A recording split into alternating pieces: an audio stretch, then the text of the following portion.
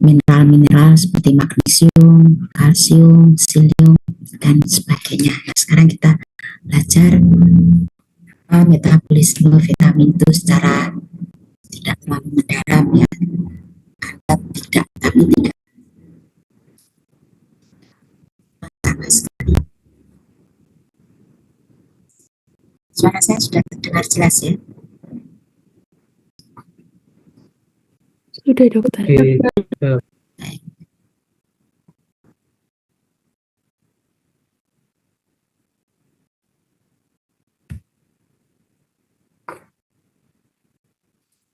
Klasifikasi vitamin ini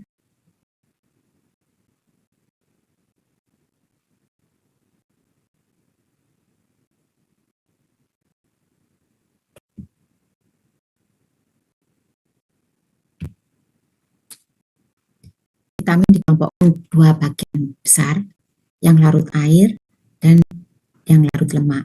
Yang larut air itu vitamin B dan vitamin C, kemudian yang lemak itu HDK.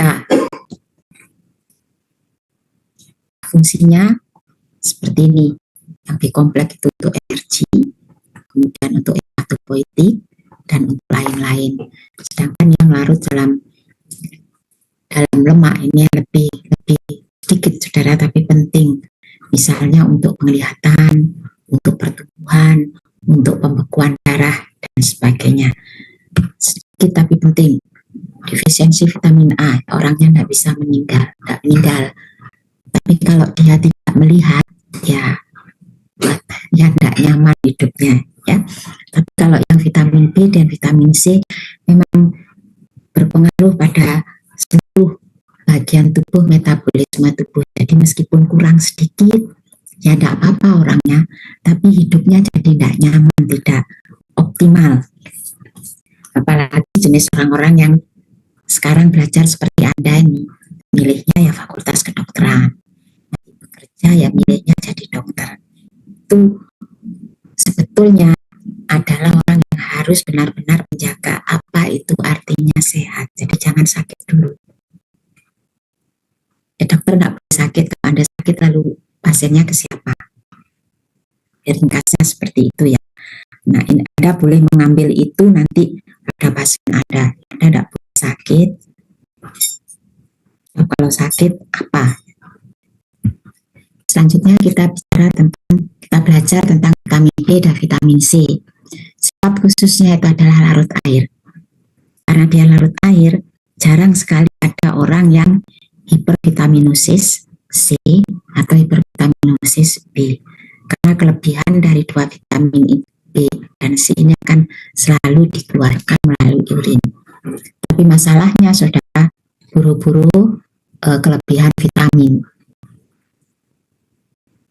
Meskipun Anda jenis golongan orang yang ekonomi menengah ke atas, belum tentu vitamin B Anda dan C Anda cukup di dalam darah. Nah, vitamin ini kalau kita tergantung dari asupan diet, maka Anda perlu banyak makan buah dan sayur dalam jumlah banyak. Jadi bukan daging atau protein, tapi sayuran. Kemudian yang fungsi yang kedua adalah antioksidan eksogen.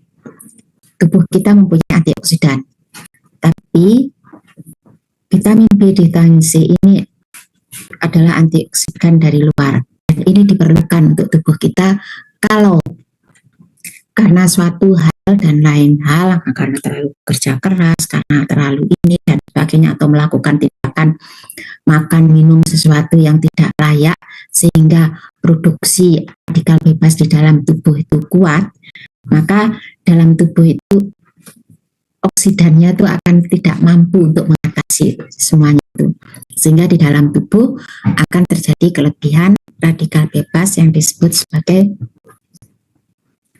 kelebihan radikal bebas yang nantinya akan menyebabkan akibat buruk pada tubuh, stres oksidatif.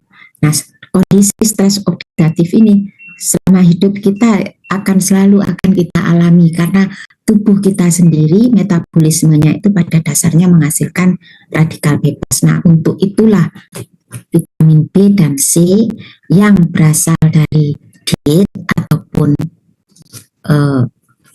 dalam bentuk-bentuk yang sudah jadi itu diperlukan bagi tubuh kita. Kemudian dia tidak disimpan dalam tubuh karena larut air dan terlibat pada metabolisme karbohidrat, lemak, dan protein, sumber energi utama manusia. Sekarang kita mulai dari vitamin B1. Vitamin B1 itu tiamin. Saudara, nanti di soalnya saya kadang menggunakan tiamin, jadi kadang menggunakan vitamin B1. Kalau saya menggunakan vitamin B1 ya Anda pasti oh ya B1, tapi kalau sudah tiamin, tidak semua dari Anda ingat bahwa tiamin itu B1. Nah, terus jawabnya ngawur. Jadi harus paham ya, vitamin B1 itu tiamin. Nah, ini merupakan koenzim untuk katabolisme karbohidrat dan protein. Sebagai koenzim, sifat dia ada dalam bentuk aktif yaitu pirofosfat. Piro itu artinya 2, jadi ada beberapa buku teks yang mengatakan TPP, tiamin fosfat, tapi ada juga yang membuatnya TDP, tiamin difosfat. Sama piro dan di sama artinya 2. Nah, TPP ini itu adalah koenzim dari enzim berikut ini ya, di bawah ini.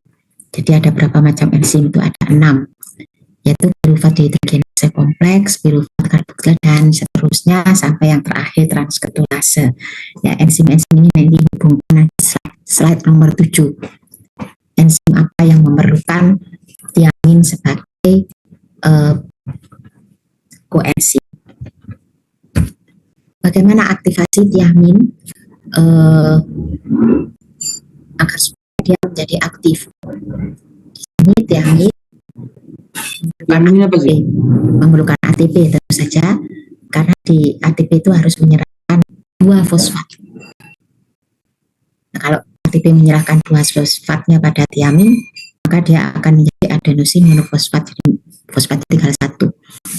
Enzimnya adalah tiamin profosfat sinetase, maka jadilah dia tiamin berbentuk aktif. Fungsi fisiologi apa? Fungsi fisiologinya ya tadi itu, utamanya dipergunakan untuk metabolisme karbohidrat.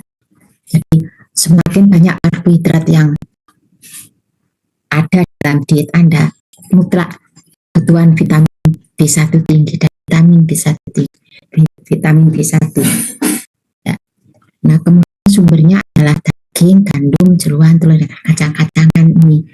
Jadi nanti kalau asupan karbohidratnya tinggi, ya proteinnya juga harus tinggi karena butuh kebutuhannya untuk itu. Jadi jangan dibalik. Kalau karbohidratnya tinggi, sumber B1-nya sedikit, mestinya tidak, homeostasisnya tidak terjadi di sana. Nah, buah dan sayuran sedikit sekali mengandung vitamin B1. Kemudian recommended daily allowance-nya ini RDA-nya 1,5 miligram per kilokalori untuk orang sehat dan diet sehat. Sini senyawa polifenolik dalam kopi dan teh membuat B1 tidak aktif. Ya, untuk konsumsi teh dan kopi yang berlebihan, memangnya Anda mau minum teh dan kopi berapa cangkir sehari? Berikut, dan itu yang pertama. Dan yang kedua, seberapa kental Anda minum kopi dan konsumsi teh. Selanjutnya, nah ini adalah slide ini hanya untuk menunjukkan enzim-enzim yang merupakan TPP. Tadi kan ada 6 enzim ya, ini enzimnya kurang 1 ini. Pas 1, 5, coba kita kembalikan ke yang 1, 2, 3, 4, 5, 6. Mestinya ada 6 ya. Yang tidak ada di sana kelihatannya adalah alfa ketoglutarat dehidrogenase kompleks.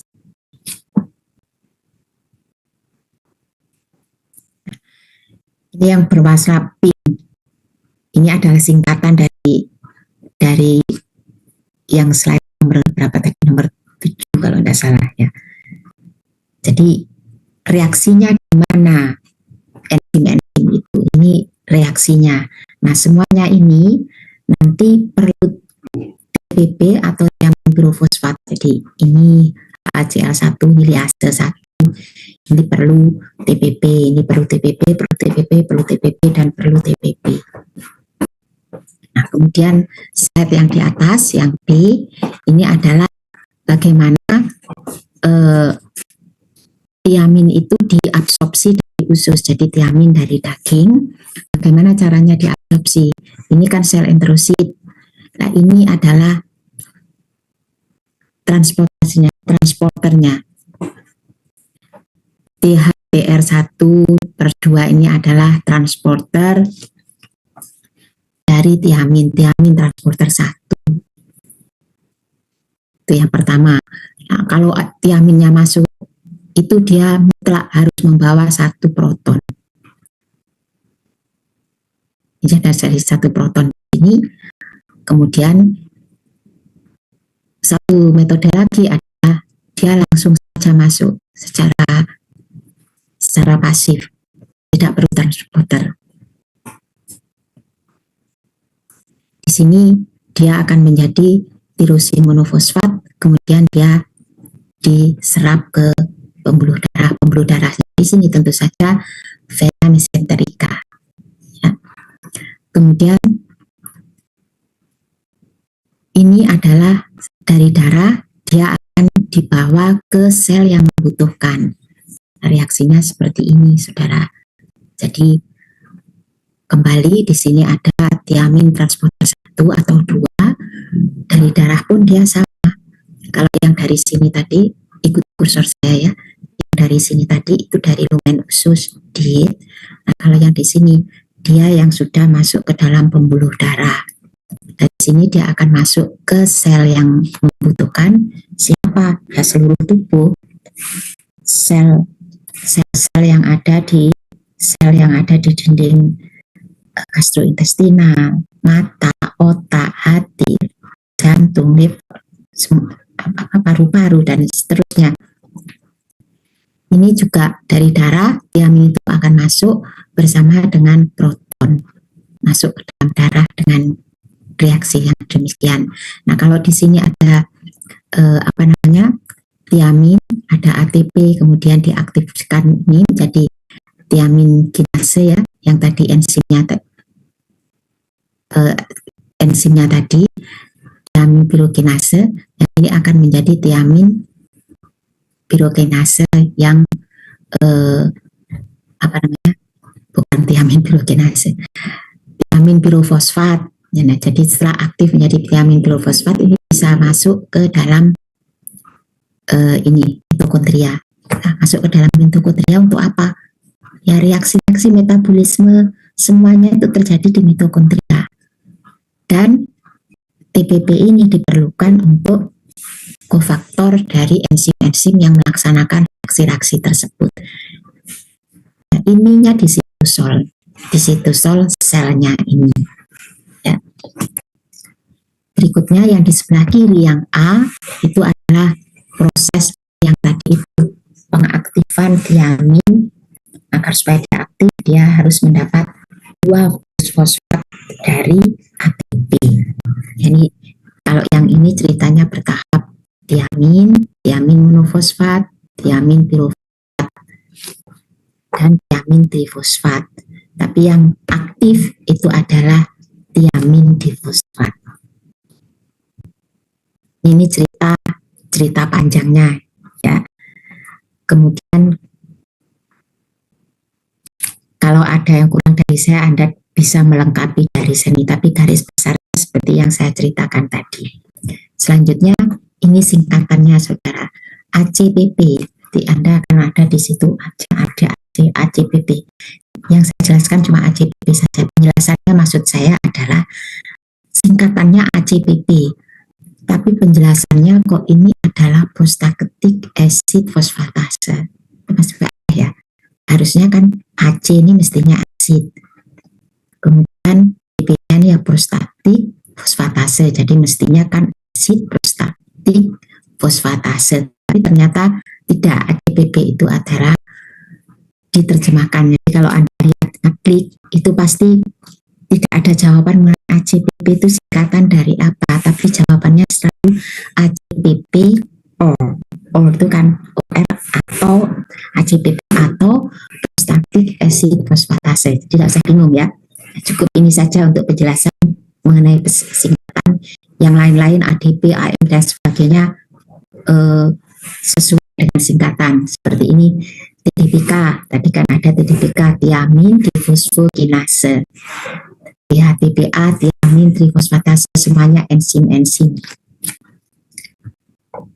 Nah ini saudara, kalau tadi itu gambar yang menurut saya bagus ya, tapi bagus belum tentu mudah untuk jadi bahan pengingat. Ini lama, ini sudah hampir 6 tahun ini tidak saya ganti-ganti, kemudian saya ganti yang tadi yang di atas. Tapi kalau Anda suka yang ini silahkan, di sini juga menunjukkan, malah di sini lebih bagus. Transkriptase ada TPP-nya di sini. Kemudian ini piruvat dehidrogenase ditunjukkan ada TPP-nya. Cuma enzimnya di sini cuma ada 4. Kalau yang lana lengkap. Harusnya 6 mestinya, tapi di sana dia cuma 5. Saya masih mencari yang mau menggambarkan, penulis yang mau menggambarkan 6 enzim secara lengkap. Nah, di sini yang dimaksud dengan branch amino acid, jadi asam amino ini, metabolisme dari asam amino, itu adalah valin, leusin, dan isodeoksin. Tolong ini difahami. Kemudian dari sini Anda akan melihat bahwa ternyata metabolisme dari protein itu bisa menjadi satu kesatuan dengan metabolisme dari karbohidrat. Nah, enzim-enzimnya itu melibatkan TPP sebagai kofaktor, vitamin B1 sebagai kofaktor. Jadi tolong jangan meremehkan defisiensi B1 tiamin pada pasien saudara. Karena apa? Defisiensi ini akan mengganggu metabolisme bukan hanya karbohidrat tetapi juga protein. Nanti berikutnya Anda juga akan melihat betapa vitamin itu juga berpengaruh pada metabolisme lemak, di mana metabolisme lemak itu akan menyebabkan juga kelainan pada metabolisme protein dan karbohidrat, karena ada beberapa yang hasil metabolisme lemak yang terganggu itu tidak bisa dibentuk dengan baik, sehingga selanjutnya metabolisme protein dan karbohidrat itu juga tidak akan terbentuk dengan baik. Berikutnya, nah ini sebentar, hanya saja ya, Anda masih kelas 1 tapi sebentar lagi kan sudah mau masuk ke sana insya Allah. Jangan pernah meremehkan zaman Anda, jangan pernah meremehkan defisiensi vitamin. Karena saya dulu namanya defisiensi vitamin untuk orang yang menengah ke bawah. Tapi mohon maaf pada zaman Anda, meskipun menengah ke atas, itu risiko defisiensi vitamin ini besar. Karena apa? Karena pola hidup yang tidak sehat. Pasien malah banyak. Mau yang cukup, mau yang kurang, sama-sama. Harus Anda waspadai kelainan ini. Sederhana itu saja, defisiensi vitamin. Tapi keluhannya bermacam-macam. Berikutnya, ini kadar serumnya ya, dari vitamin B1 sekian, dihafalkan saja. Tapi masalahnya bagaimana mekanismenya sampai kekurangan vitamin B1 ini menjadi masalah. Di sini tadi kan piruvat dehidrogenase menyebabkan piruvat dehidrogenase tidak berfungsi dengan baik. Pirufat dehidrogenase tadi kan perlu TBP, B1 ya. Kalau tidak ada B1 ya dia tidak bisa bekerja. Begitu juga alfa ketoglutarat. Kalau tidak ada B1 ya dia tidak bekerja dengan baik. Nah kalau PDH, pirufat dehidrogenase itu tidak berfungsi dengan baik, itu maka ini ikuti panah merah itu, ikuti panah merah ini akan menjadi kegagalan energi. Ya karena pirufat dehidrogenase tadi untuk apa? Reaksi pada siklus Krebs yang Anda sudah belajar ya, metabolisme karbohidrat. Ini kan di salah satu dari mekanisme reaksi di siklus Krebs. Siklus Krebs itu menghasilkan energi. Kalau vitamin B1-nya tidak ada, siklus itu tidak berhasil dengan baik. Energi artinya tidak berhasil dengan baik. Jadi orangnya sederhana saja gejalanya. Saya ngantuk, dok, mudah capek, mudah ini. Sudah secara sederhana saja, pas Anda nanti lulus kan baru jadi dokter umum. Perbaiki dulu vitaminnya. Anda akan lihat nanti responnya seperti apa. Kalau itu tidak baik, baru teliti kelainan-kelainan apa berikutnya. Dan Anda jangan heran, yang datang tidak orang yang kurus, tapi seringkali orang yang agak overweight, ibu-ibu atau bapak-bapak yang agak overweight. Atau orang-orang yang bekerja di kantor yang sedikit, ya yang ini, tapi perokok. Sambatnya, keluhannya seperti itu. Kemudian yang kedua, ikuti yang hijau ini. Hijau ini alfa ketoglutarat dehidrogenase. Di sini terjadi penumpukan asam glutamat, asam amino glutamat. Ini reaksinya seperti apa nanti slide berikutnya. Nah, dua hal ini akan menyebabkan kelainan pada saraf, jadi menyebabkan gangguan pada saraf. Nah, kalau sudah menyebabkan gangguan pada saraf, yaitu tadi mudah capek, lelah, keringgingan dan sebagainya, kesemutan atau baal dan sebagainya. Nah, kemudian kalau kedua enzim ini salah satunya ya, harusnya yang tadi ada kelainan, maka di sini itu akan menyebabkan ya namanya fungsi mitokondria. Karena mitokondria kan menghasilkan energi. Dengan sendirinya dia tidak mampu menghasilkan energi, dan dia sendiri sebagai organ itu juga membutuhkan vitamin ini untuk bekerja. Nah, karena ada kegagalan itu tadi, maka di sini ada kecenderungan untuk ROS-nya itu meningkat. Jadi hati-hati dengan kerusakan pada mitokondria. Kalau kerusakan pada mitokondria yang hasilnya bukan energi, tapi hasilnya justru reaktif oksigen spesies, salah satunya adalah superoksida itu meningkat. Nah, ini akan menyebabkan kematian sel. Tadi bukan hanya sekedar gangguan baal, keringgingan, ngantuk, mudah capek dan sebagainya, tapi ini sudah ke arah kematian sel. Kematian sel apa? Ya, kematian seluruh sel. Ini kan radikal bebas.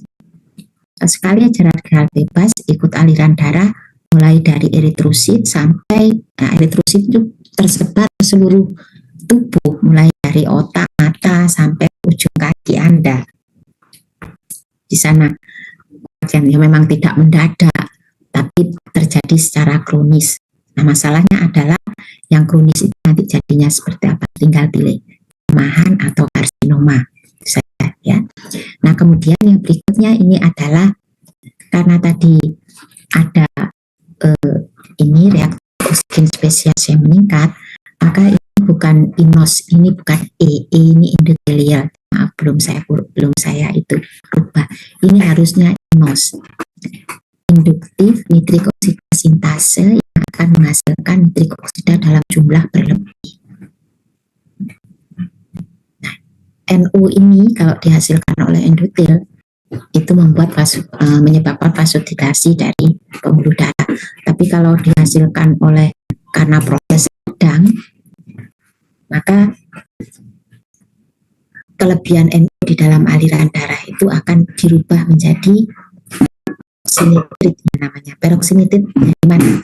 Dari ini oksigen reaktif oksigen spesies ini terutama yang superoxide, itu akan bereaksi dengan nitrik oksida ini menghasilkan peroksinitrit ini. Nah, peroksinitrit ini sangat toksik untuk sel.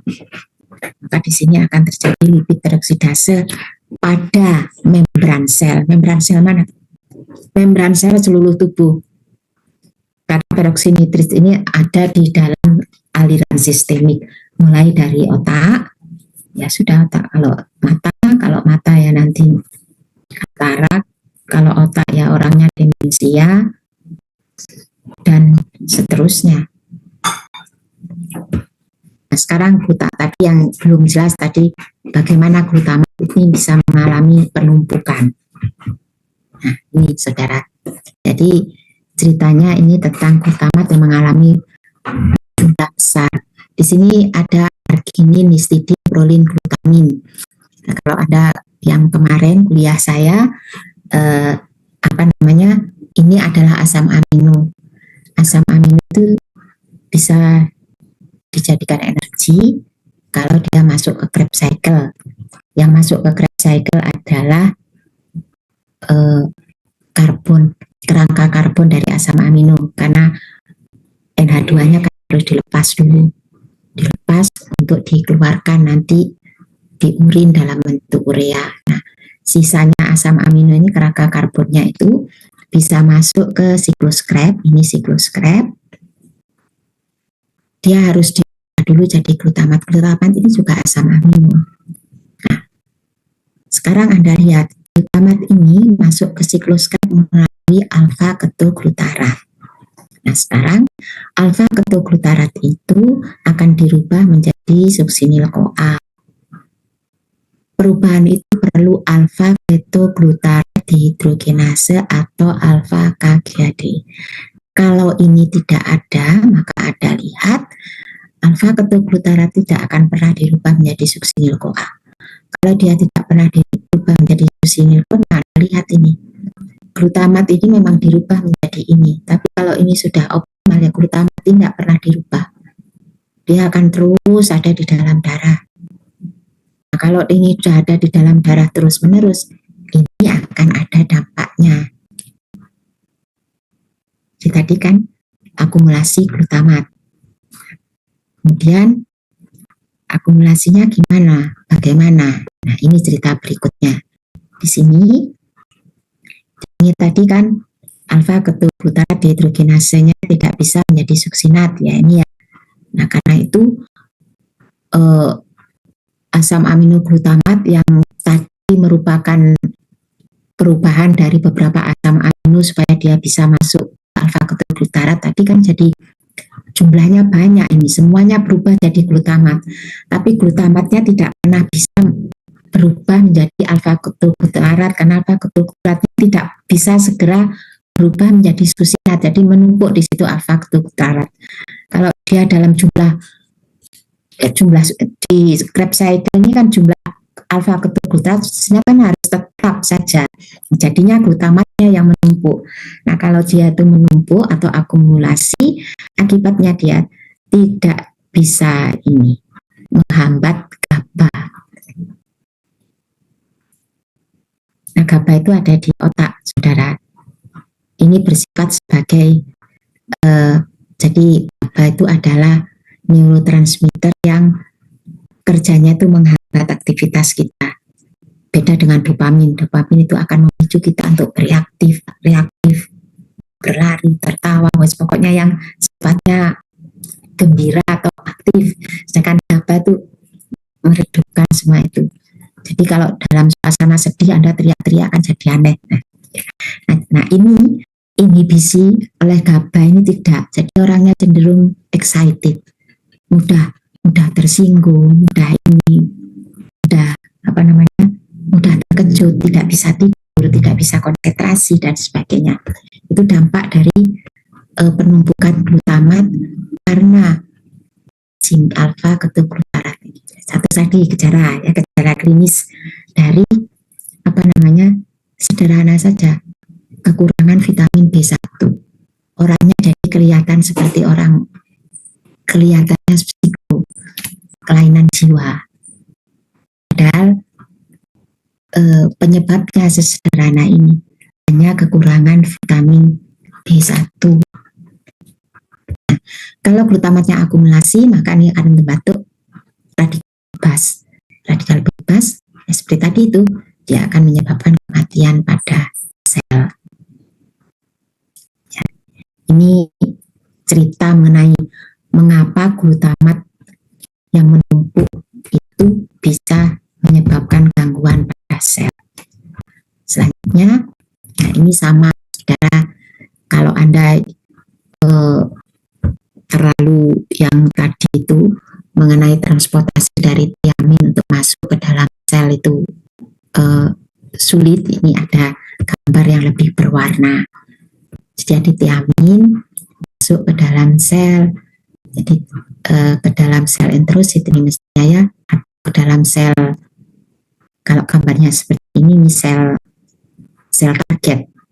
Jadi di sini darah, di sini sel targetnya, ini tiamin reseptor 1 atau tiamin reseptor 2 masuklah tiamin. Kemudian ini contohnya adalah transketolase.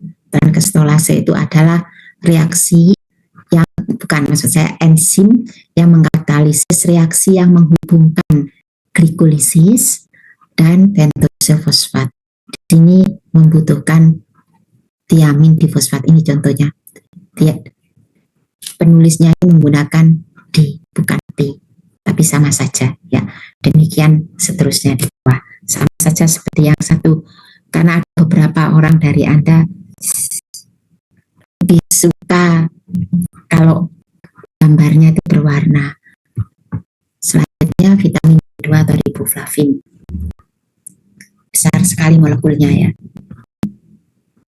Ini ada OH, OH, OH.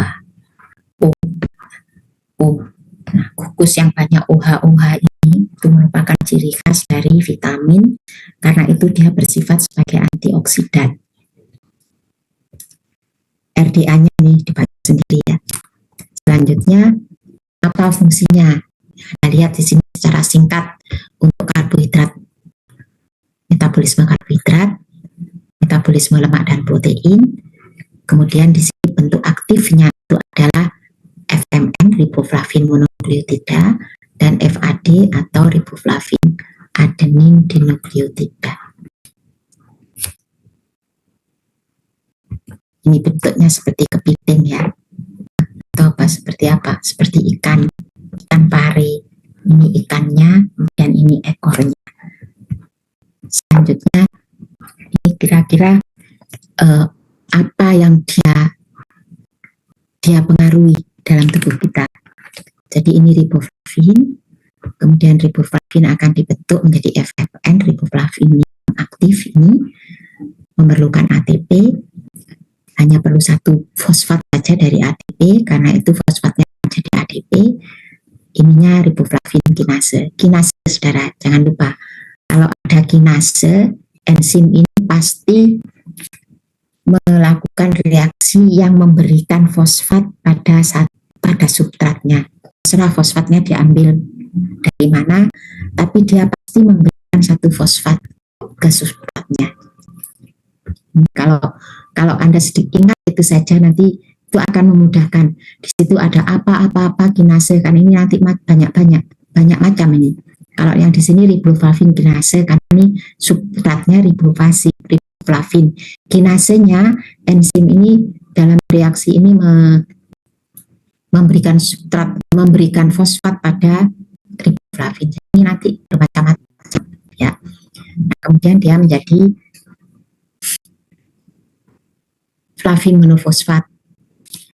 Di mana fosfatnya? Ini fosfatnya di atas. Ini riboflavinnya, ribo itu ribosa, ini flavinnya. Nah, jadi fosfatnya mendekat pada ribosani. Nah, kemudian yang kedua diteruskan lagi melalui FAD sintase. FAD sintase ini flavin adenin dinukleotida. Sintase itu pembentuk. Jadi yang dibentuk apa? Yang dibentuk FAD, membentuk FAD. Ini memerlukan apa? Kalau di sini ada pirofosfat, yang tertinggal pirofosfat, 2 fosfat, Jadi di sini yang ditambahkan itu adalah adenin dan fosfat. Jadi adenosin fosfat yang ditambahkan pada FMN. Ya, adenosin fosfat yang mana? Yang ini. Tadi kan ini FMN. Ya. Nah, ini adalah adenosin fosfat. Jadi di sini tadi kan mestinya ada tiga fosfat. Fosfat yang satu di sini masih tertinggal. Fosfat yang dua jadi ini. Besar sekali vitaminnya ya, dalam bentuk aktifnya. Ini adalah flavin adenin dinukleotida. Selanjutnya, apa fungsinya ini? Kita baca sendiri. ATP, produksi ROS, antioksidan, DNA repair, dan banyak sekali, tentunya termasuk juga apoptosis. Nah, sekarang lanjutannya bagaimana ini reaksi lengkapnya saudara FMN dan FAD sintesis. Di sini yang reaksinya lebih lengkap. Yang kedua lagi yang perlu difahami dari slide ini adalah bahwa reaksi ini memerlukan T3 dan T4. Ingat T3 dan T4 yang kuliahnya belum. T3 dan T4 adalah hormon tiroksin dihasilkan oleh kelenjar tiroid.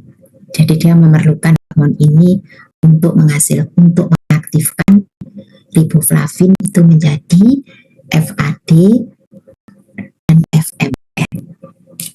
Berikutnya metabolisme. Ini cara penyerapan dari riboflavin, saudara. Nanti ada gambar yang lebih lengkap. Kemudian yang pertama dia masuk ke dalam blister. Ini asam lambungnya itu bertanggung jawab terhadap penguraian vitamin B2 itu dari senyawa yang mengikatnya di dalam diet kita sehari-hari. Vitamin B2 kan ada di dalam beberapa bagian lemak hewani atau tumbuh-tumbuhan.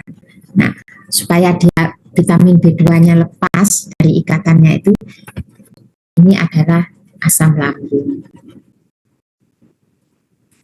Kemudian riboflavin itu juga diketemukan dalam jumlah besar di retina. Hati-hati, defisiensi B2 riboflavin bukan cuma vitamin A saja, ternyata bisa juga menyebabkan sesuatu di retina. Kemudian karena dia di sini sebagai belum terjelas apakah ini tempat penimbunan atau bukan, tapi saya kira bukan, tapi dia berfungsi untuk kesehatan retina. Kemudian ekskresinya di urin. Berikutnya, ini adalah hormon yang berperan pada sekresi flavin adenin dinukleotida dan flavin mononukleotida. Sudah ada tadi di gambarnya ya. Yang pertama adalah tiroid hormon atau tiroksin T4 dan T3. T3 ini bentuk aktifnya, T4 aktif yang terdapat dalam plasma. Kemudian yang kedua, aldosteron ini dihasilkan oleh adrenal itu tempatnya ada di atas ginjal.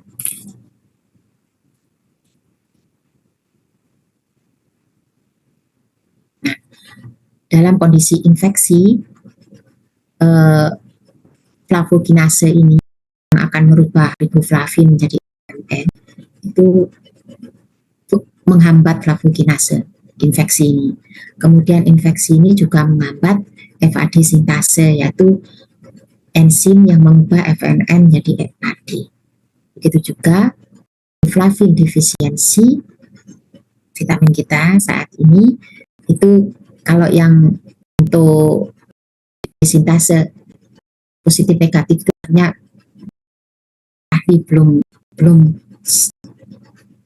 belum punya kepastian. Periset lain mengatakan dia menghambat, periset lain mengatakan tidak ada dampaknya. Tapi yang jelas dia akan menyebabkan mengganggu terjadinya ikatan kovalin flavoensin. Jadi dia tidak rumit. Saya hanya ingin menunjukkan dari sini. F itu dibentuknya diperlukan untuk apa? Ternyata dia diperlukan untuk pembentukan energi di Krebs cycle. Dan jangan bermain-main ya. Krebs cycle itu adalah pembentukan energi utama di dalam tubuh kita. Semua karbohidrat, lemak, protein itu untuk membentuk energi itu semuanya lewat Krebs cycle ini. Nah, Krebs cycle ini itu menghasilkan memerlukan FAD untuk merubah suksinat yang merupakan dari Krebs cycle menjadi fumarat. Fumarat dan sudatnya salah merupakan komponen dari Krebs cycle. Nah, sekarang kalau FAD-nya ini atau riboflavin-nya ini tidak pernah bisa menjadi FAD, apa dampaknya? Atau tidak pernah ada riboflavin masuk ke dalam tubuh kita. Nah, FAD ini didapatkan dari mana? Hasilnya adalah semua KLP, karbohidrat, lemak, protein itu tidak bisa dirubah menjadi energi secara sempurna. Berikutnya ini sama seperti tadi sebetulnya ya, tapi gambarnya lebih menarik. Ini saya tampilkan di sini untuk mereka yang suka lebih mudah belajar kalau ada gambar-gambar. Termasuk di sini riboflavin transporter, bagaimana dia masuk ke ke mitokondria, keluar dari enterosit menuju sel darah. Dari sel darah ini juga ada sebagian yang masuk lagi ke enterosit. Tapi yang di sini bukan untuk metabolisme, tapi untuk sel enterosit itu sendiri. Sebab sel-sel di dalam usus selain dia mengabsorpsi makanan dari lumen, selnya sendiri kan butuh butuh riboflavin itu untuk metabolismenya. Ini yang digambarkan dari pembuluh darah ini masuk ke sana. Maksud saya yang ini gambarnya ya. Kalau yang sini, ini adalah sel saraf, ini di sini di atasnya sel neuron. Berikutnya ini keterangan gambar dari metabolomimetabolites ya, gambar yang di atasnya. Selanjutnya, nah, ini adalah yang di atas. Ini terjadi nih kok ada sebentar saudara.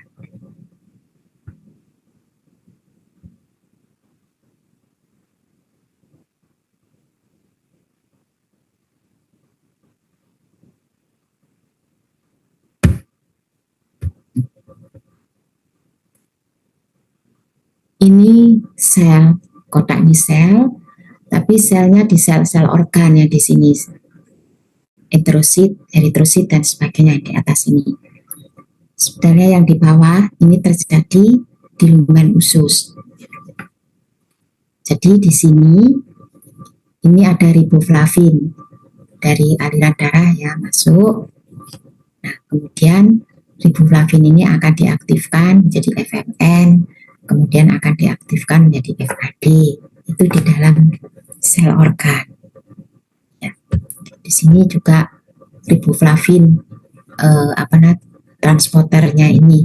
Jadi kalau dalam kurung RSCA ini A1 ini kode dari para peneliti. Biasanya mereka punya kode ini di labnya. Tapi kalau kita belajarnya ya cukup transporter dari riboflavin untuk masuk ke dalam sel. Asal tahu molekulnya bagaimana. Ya sudah, molekulnya itu seperti itu. Ya, riboflavinnya masuk, nanti di dalam sel-sel tubuh ini akan diaktifkan menjadi di sini. Nah, sekarang yang terjadi di lumen usus itu bagaimana? Saudara, ternyata FAD itu ini bisa dirubah kembali menjadi riboflavin. Jadi bisa diuraikan menjadi riboflavin, FAD yang ada itu. Ini kan reaksinya bolak-balik di sana ke sana. Nah, nanti di sini dia itu akan bisa dirubah lagi menjadi riboflavin. Jadi riboflavin yang di lumen usus ini terjadinya biasanya oleh bakteri-bakteri yang ada di dalam usus. Jadi riboflavin ini tidak langsung diaktifkan, digunakan terus dibuang, tidak. Ada mekanisme untuk membentuknya kembali. Biasanya dibentuk oleh bakteri-bakteri usus.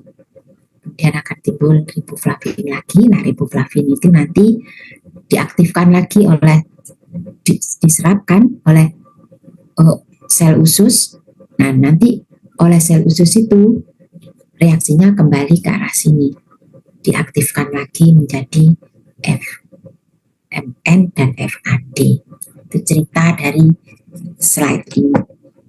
Berikutnya, sekarang piridoksin atau B6. Ini yang bentuknya seperti kepiting ya. Kalau yang tadi bentuknya seperti ikan pari. Ini vitamin B6 atau piridoksin. Sama sebagai koenzim, merupakan kofaktor lebih dari 100 reaksi enzimatik. Ya, Anda perlu Anda mempelajari yang 100 itu. Cukup Anda ketahui untuk metabolisme asam amino dan karbohidrat utamanya, yaitu gluconeogenesis dan glycogenolysis, serta metabolisme lemak. Cukup 3 itu asal tahu ya. Ya bukan asal tahu, saudara, untuk belajar ini Anda bersusah payah masuk ke sini dulu, Fakultas Kedokteran. Kemudian ini adalah 3 jenis dari vitamin B6. Yang pertama,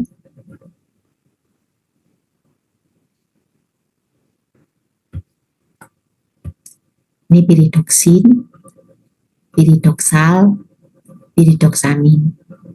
Nah, nanti piridoksin itu ini ada di diet. Kemudian piridoksamin itu bisa mengalami reaksi menjadi piridoksin fosfat, jadi diberi 1 gugus fosfat. Kemudian dia bisa berubah menjadi piridoksal fosfat. Piridoksal fosfat ini Anda lihat ada lingkaran merah.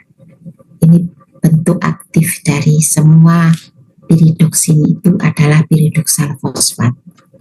Yang lain-lain bukan bentuk aktif.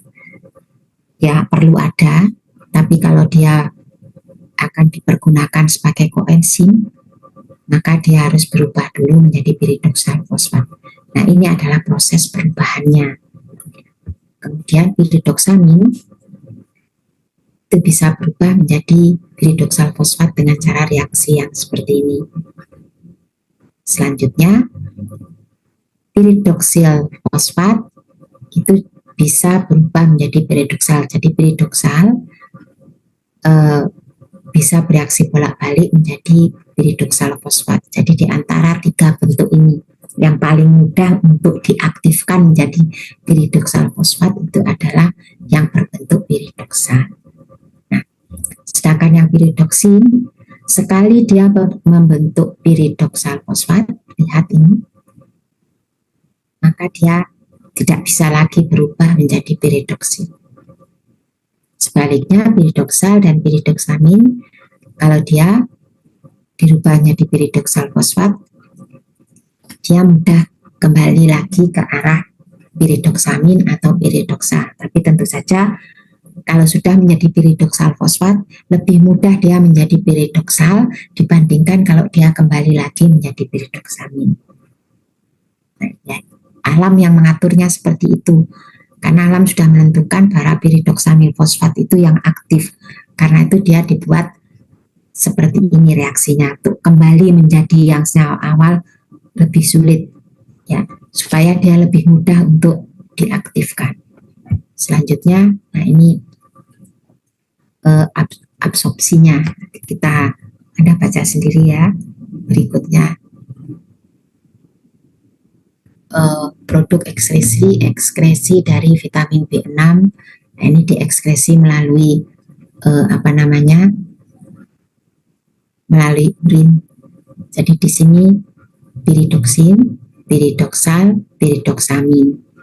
Supaya bisa diekskresi dalam urin, dia harus dirubah menjadi piridoksal fosfat bentuk aktif. Setelah menjadi piridoksal fosfat bentuk aktif, dia akan mengalami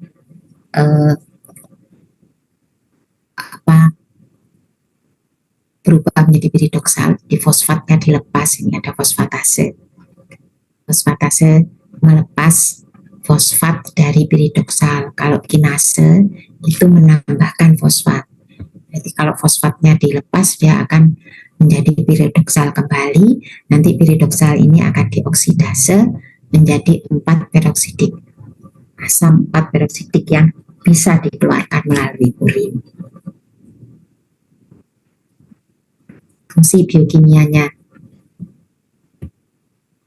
untuk transaminasi, untuk reaksi dekarboksilasi, kemudian ini dopa menjadi dopamin, histidin menjadi histamin, yang ini yang histidin menjadi histamin, ini ada di kuliah protein ya.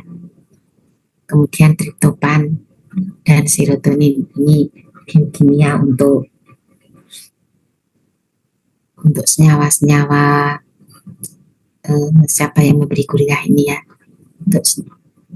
untuk senyawa-senyawa yang berhubungan dengan ini fisiologi persarafan. Oke, selanjutnya gambar yang sebelah kiri itu otot, sebelah kanan itu lever. Gambar ini hanya untuk menyatakan bahwa piridoksal fosfat itu ada di reaksi mana. Ini piridoksal fosfat itu ada ke panah merah. Jadi dia menjadi kofaktor dari alanin aminotransferase, enzim yang dipergunakan untuk merubah glutamat menjadi alfa ketoglutarat, atau enzim yang diperlukan untuk reaksi pirufat menjadi alanin atau sebaliknya. Berikutnya yang di sebelah kanan yang di liver, ini alanin alanin aminotransferase, ini juga perlu piridoksal fosfat. Itu gunanya adalah untuk merubah alanin menjadi pirufat, pirufat menjadi alanin, atau alfa ketoglutarat menjadi glutamat. Jadi kalau begini kan Anda jadi jelas reaksi apa yang atau enzim apa yang memerlukan kofaktor dari vitamin B6. Defisiensi piridoksin bisa dibaca sendiri ya. Kemudian kadar normal piridoksin di serum. Kemudian yang diukur adalah piridoksin 5-fosfat. Karena ini yang ada di dalam darah kita. Jadi bukan piridoksal. Dalam darah kita ada dalam bentuk piridoksal 5-fosfat. Bentuk aktifnya. Berikutnya B9 asam folat atau folasin. Ini biasanya Anda berikan pada ibu-ibu wanita hamil. Kalau ada wanita hamil segera diberi ini, jangan sampai lupa memberi ini. Molekulnya semakin besar ini. Vitamin B6. Kalau sebesar ini molekulnya ya. Dan molekul vitamin yang besar ini terdiri dari 3 komponen. Ini yang besar ini namanya pteridine ring. Kemudian yang di tengah ini adalah para amino benzoic acid. Dari sini sampai ke sini. Ya, kemudian yang di sebelahnya ini adalah asam glutamat. Asam glutamat ini asam amino. Glutamic acid atau glutamat itu asam amino yang mempunyai 2 gugus COOH. Ini golongan asam amino besar sekali ya. Asam amino sendiri saja jadi bukan molekul kecil. Apalagi. Jadi asam folat itu terdiri dari 3 molekul ini. Sumber utama adalah ini diet nabati. Jadi mau tidak mau Anda harus suka sayuran untuk ini. Kemudian bentuk aktif dari asam folat supaya bisa menjadi kofaktor untuk enzim-enzim tertentu, itulah tetrahidrofolat atau formil tetrahidrofolat. Reaksinya lihat slide berikutnya. Banyak berperan pada sintesis asam amino dan asam nukleat. Jadi vitamin B12, vitamin B9 itu nanti sering Anda temui pada metabolisme asam-asam amino ini. Itu juga dia berperan pada reaksi metilasi, penambahan gugus metil pada suatu senyawa. Ya, ini nanti yang akan berperan pada proses pembentukan DNA. Ini adalah reaksi aktivasi asam folat menjadi tetrahidrofolat atau formil tetrahidrofolat yang merupakan bentuk aktif dari vitamin ini agar supaya dia bisa menjadi koenzim. Diawali dari sini dulu, folic acid. Nah, folic acid menjadi dihidrofolic acid, kemudian di sini ya ada tetrahidrofolat. Nah, kemudian dari tetrahidrofolat dia akan bisa berubah menjadi formil tetrahidrofolat atau 5 formil tetrahidrofolat atau 10 tetrahidrofolat atau formil tetrahidrofolat. Ya, ada dua macam, ada yang di posisi C5, ada yang di posisi C10 dari molekul asam folat ini. Ini bentuk aktifnya, formil tetrahidrofolat dan tetrahidrofolatnya sendiri. Berikutnya, reaksi pembentukan glisin dan metionin dari serin melalui reaksi metilasi dan tetrahidrofolat. Ini saya hanya memberikan contoh. Slide ini hanya ingin mengatakan bahwa di mana posisi dari tetrahidrofolat dan reaksi metilasi tadi itu. Kita cari di sini. Nah, ini N5 metil tetrahidrofolat dipergunakan untuk merubah tetrahidrofolat THF-nya untuk menjadi tetrahidrofolat yang C1. C1 itu adalah komponen tertentu untuk kembali menjadi tetrahidrofolat yang bebas. Kemudian di mana lagi? Cuma satu ini saja ya. Di tetrahidrofolat. Oh ya, posisinya di situ. Nah, di sini juga ada vitamin B12. Vitamin B12 itu diperlukan untuk reaksi homocysteine untuk menjadi metionin.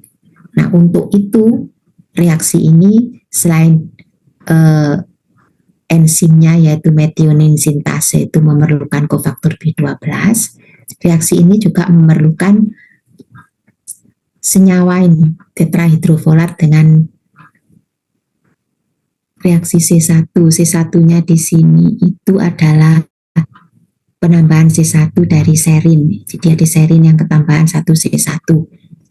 Ya pokoknya itu ya, dari senyawa THF dengan C1 yang menempel di serin ini akan bereaksi dengan homocysteine. C1-nya itu akan menempel pada homocysteine untuk bisa kembali menjadi metionin. Nah, sedangkan C1-nya yang sudah diambil ini dari THF C1 ini, maka THF-nya akan bebas lagi menjadi tetrahidrofolat kembali. Ini peran dari vitamin B12. Satu di sini, vitamin B6. Kita tadi sudah belajar vitamin B6. Ini juga berpengaruh pada reaksi homocysteine dan serin untuk menghasilkan cysteine, dan di sini hasilnya glutamat. Jadi Anda lihat di sini betapa vitamin itu ada pada setiap proses reaksi yang memerlukan enzim dan dia bekerja sebagai kofaktornya. Nah, untuk tetrahidrofolat ini malah lebih istimewa pada reaksi ini. Dia bukan sekedar menjadi koenzim lagi, tapi dia sudah bisa sebagai pelaku tetrahidrofolat ya, sebagai siklus ini namanya siklus folat.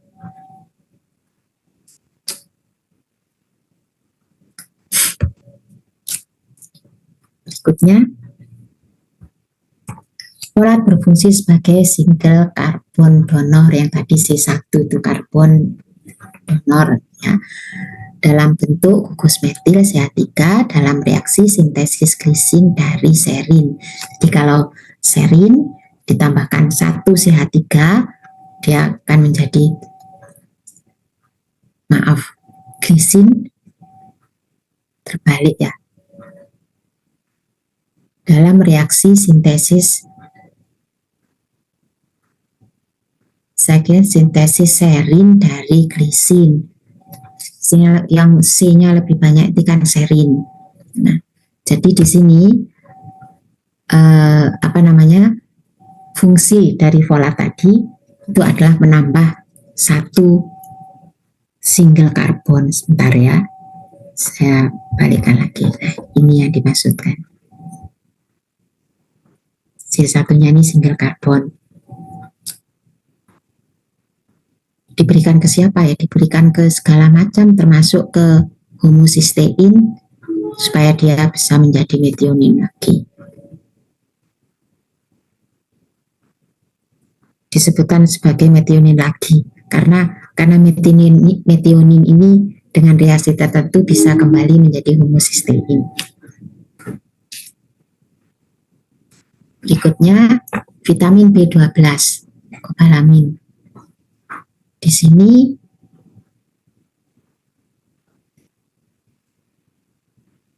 kalau tadi folat itu sudah besar, ini kobalamin lebih-lebih lagi besarnya. Ini ada korin ring namanya, besar. Di sini malah ada urin, ada ribosa. Kemudian di sini ada mirip-mirip asam amino, banyak sekali di sini. Kemudian di sini ada kobalt. Ini satu-satunya vitamin yang mempunyai logam di molekulnya, itu ada vitamin B12. Nah, kobalt ini akan mengikat gugus R. Gugus R ini bermacam-macam. Kalau gugus R-nya CH3 itu namanya metilkobalamin. Kalau gugus S-nya, gugus OH-nya, R-nya itu OH, namanya hidroksokobalamin. Sedangkan kalau gugusnya CN itu namanya cyanokobalamin. Sedangkan kalau gugusnya itu N, ini deoksiadenosilkobalamin. Itu adalah deoksiadenosilkobalamin, itu deoksiadenosinnya besar sekali ya, saudara. Itu namanya deoksiadenosilkobalamin. Adenosin kobalamin. Kuliah kemarin masih ingat adenosin, berarti ada adenin dan di situ menempel apa? Basa. Salah satu ya adenosin, adenosin ada adenin dan di situ menempel karbohidrat. Jadi ribosanya ada adenin. Nah, itu namanya adenosin. Tapi kalau ada gugus fosfatnya menjadi nukleotida. Nah, jadi yang menempel di sini gugus R-nya itu adalah adenosin, jadi adenin yang ada ribosanya. Itu disebut sebagai deoksiadenosilkobalamin. Dan ribosanya adalah ribosa yang tidak ada O2-nya, deoksiribosa. Tidak ada oksigen.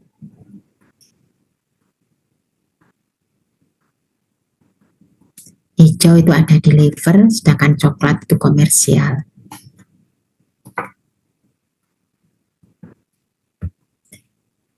Ini dibuat oleh organisme di saluran cerna. Manusia tidak punya mikroorganisme ini. Memerlukan faktor intrinsik untuk pembuatannya. Gaster kita punya ini.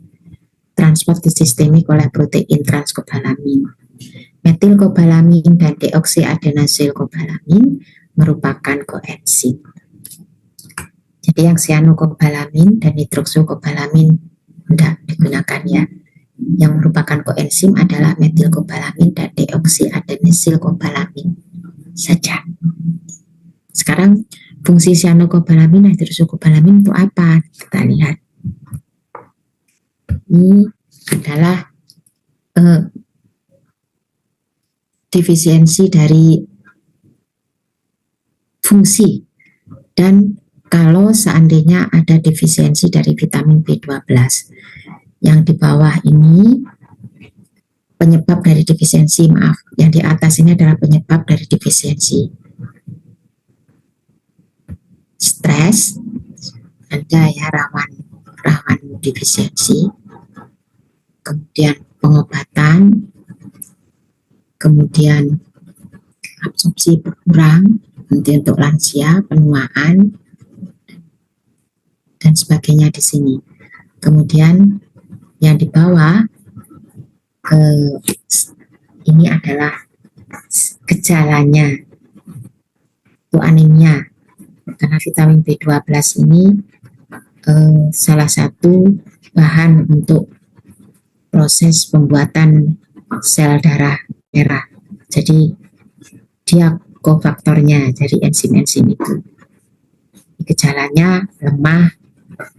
Kalau untuk kelainan pada saraf, jadi dia merupakan koenzim dari reaksi-reaksi enzimatik yang berhubungan dengan saraf, ya gangguannya saraf seperti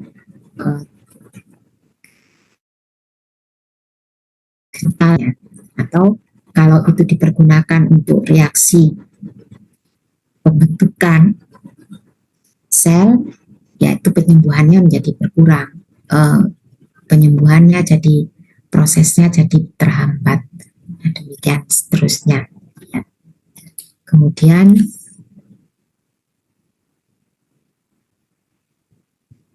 manfaat. Jadi antidot dari intoksida sianida. Jadi di sini hidroksykobalamin. Tadi kan yang berfungsi sebagai kofaktor itu kan metilkobalamin dan adenosilkobalamin ya. Nah, hidroksykobalamin digunakan untuk apa? Ini masih digunakan sampai sekarang, saudara. Jadi keracunan CN, Anda beri hidroksykobalamin karena tidak ada keracunan hidroksykobalamin, karena ini adalah vitamin yang larut dalam air sehingga dibuang, beri saja ya. Ya jangan terlalu banyak, cukupnya, tapi tidak usah khawatir dengan adanya intoksikasi. Nanti gugus OH pada kobalamin, hidroksykobalamin itu kan gugus R-nya tadi itu kan jadi OH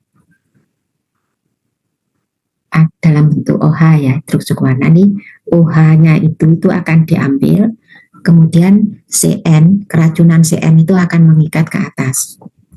Bisa kembalikan lagi gambarnya. Nah, ini kalau hidroksykobalamin ini kan OH. Ini kalau di dalam darah itu ada banyak CN atau sianida, nanti CN-nya ini akan masuk ke sini, melepaskan, melempar gugus OH-nya, dia yang menempel di sini menjadi cyanocobalamin. Nah, kalau dia menjadi cyanocobalamin, dia tidak beracun lagi. Dalam jumlah berlebih, maka cyanocobalaminnya itu tadi akan dikeluarkan melalui urin. Nah, tapi masalahnya adalah ini harus cepat, sebab cyanida itu proses intoksikasinya juga cepat. Jadi kalau dia datang, biasanya ini bagus kalau orangnya tidak dalam dosis letal, dosis yang memang diracuni ya.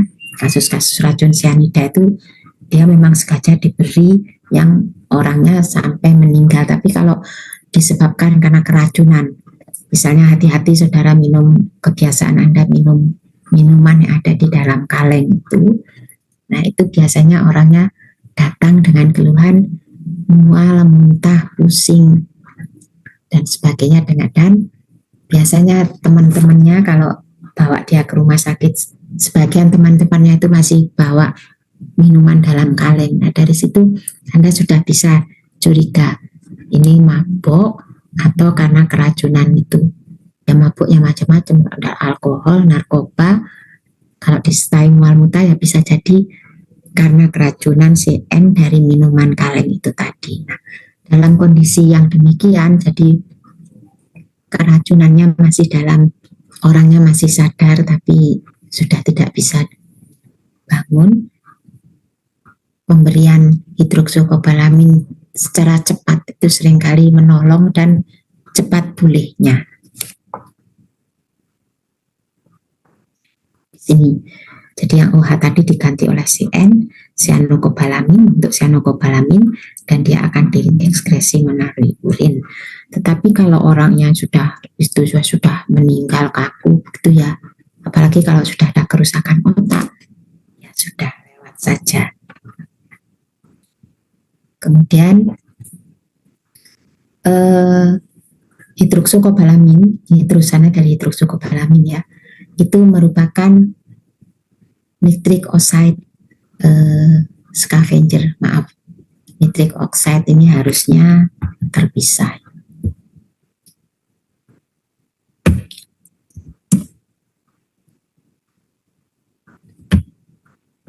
Ini merupakan nitric oxide scavenger. Saudara, ya sebentar lagi ya. Nah, ini habis ini Anda kuliah, ada kuliah? Tidak ada dokter. Dokter dokter itu enggak jadi kuliah sih. Dokter Fancy Reskidul dokter. Oh baik ya, alhamdulillah, terima kasih. Jadi nitric oxide adalah radikal bebas yang dihasilkan oleh tubuh saat terjadi radang. Nah di sini hidroksykobalamin plus NO, nanti OH-nya tadi digantikan tepatnya oleh nitrosykobalamin, oleh nilai nitric oxide, maka dia akan membentuk yang namanya nitrosykobalamin. Jadi bukan hidroksykobalamin. Kalau hidroksykobalamin yang R-nya tadi ada OH, sekarang OH-nya kan dilepas, digantikan posisinya oleh NO, dia jadi nitrosykobalamin. Nah, nitrosykobalamin itu juga akan dikeluarkan melalui urin. Ya sudah, jadi orangnya jadi sehat. Tidak ada kelebihan nitric oxide lagi. Jadi gejala-gejala inflamasinya akan menurun. Nah kemudian kalau orangnya sudah sehat, Anda boleh memberikan, Anda lebih tenang untuk memberikan, untuk berpikir tentang orang ini saya manajemen bagaimana supaya dia bisa sembuh. Orang teriak atau kelihatan tidak bisa ditanya dan sebagainya, tidak menyenangkan. Meskipun sakitnya berat, tapi kalau dia tampak tenang itu membuat saudara nanti lebih. Ini adalah bentuknya rumit, tapi sebetulnya rumit. Ini gambarnya sulit, saudara. Jadi tolong dihargai, jangan dilihat, wah rumit sekali lalu ditinggal. Enggak, tidak begitu. Ini jadi satu kesatuan, dia masukkan sedemikian. Wah, Anda pernah coba enggak membuat seperti ini? Coba sekali kalau Anda pernah mencobanya, nanti Anda lebih menghargai gambar-gambar yang rumit ini. Bagaimana dia mau menggabungkan segala informasi di dalam satu gambar, sehingga otak Anda itu melihat dan sekaligus dengan menjelaskan. Jadi tidak membaca tulisan gitu saja. Nah ini sebetulnya tentang absorpsi dari kobalamin. Ceritanya di sini. Nah tujuannya adalah supaya Anda tahu di bagian mana saja orang-orang itu bisa mengalami gangguan defisiensi kobalamin. Seperti di sini, ini ada A, B sampai E. Yang A itu kobalamin intiknya yang memang berkurang. Kemudian yang B itu kalau metabolismenya atau pemecahan dari kobalamin. Jadi kobalaminnya setelah masuk ke gaster di sini, ini tidak bisa segera dibebaskan dari ikatannya di dalam diet. Nah kalau dia masih tetap nempel di proteinnya atau nempel di makanannya sayur tertentu, ya dengan sendirinya dia tidak bisa diabsorpsi oleh usus. Itu yang B. Kemudian yang C itu ini ada intrinsic faktor. Intrinsic faktor itu adalah faktor yang diperlukan untuk absorpsi dari kobalamin. Kalau ini tidak ada, ya dengan sendirinya tidak ada.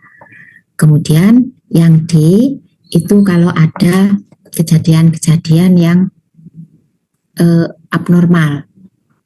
Misalnya di sini dicontohkan enzim protease, protein ase itu ciri khas dari bahwa dia itu enzim. Itu yang dipergunakan untuk memetabolisme protein, ya.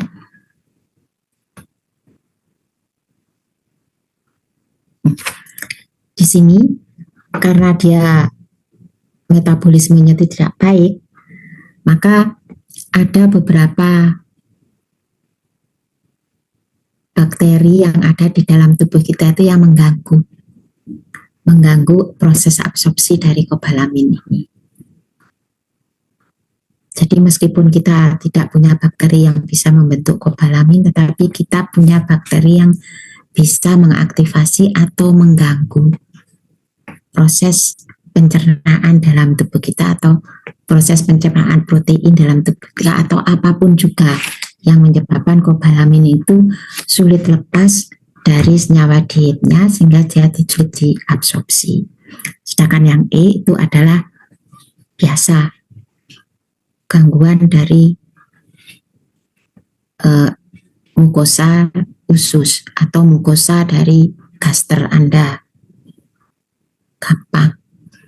Kalau Anda sering merudah paksa usus Anda dengan makan segala macam hal, Anda tidak peduli diare atau apapun, yang penting rasanya enak. Jangan. Kalau itu sudah sering terjadi, nanti Anda akan merasa BAB dengan cair, BAB dengan ini suatu hal yang biasa. Memang jawabannya dari pasien akan, saya memang bertahun-tahun seperti itu dok, tidak masalah, saya sehat. Nah, itu yang berbahaya. Berarti dia sudah terbiasa dengan kondisi patologis seperti itu. Nah, lama-lama ya ususnya tidak akan tahan.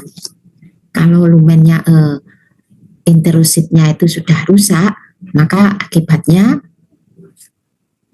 fungsi absorpsi bukan hanya terhadap kobalamin saja, tapi fungsi absorpsi dari dari berbagai hal akan terganggu. Nah, kalau sudah kita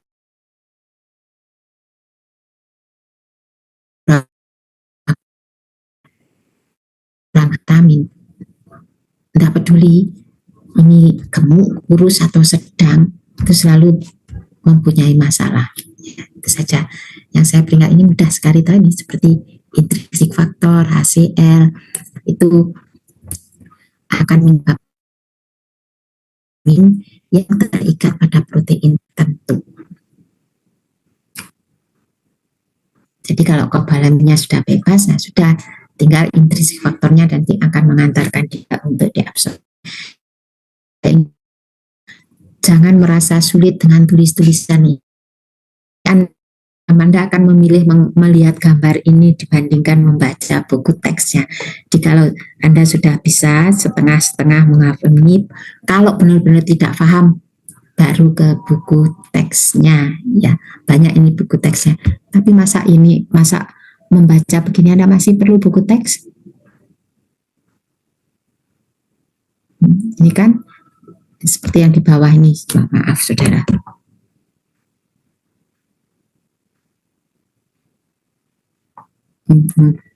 Intrinsik faktor, kobalamin, ikatan antara intrinsik faktor dan kobalamin. Kemudian intrinsik faktor reseptor. Jadi nanti kobalamin dan intrinsik faktor itu tadi yang sudah terikat nanti melekat pada reseptornya di sini.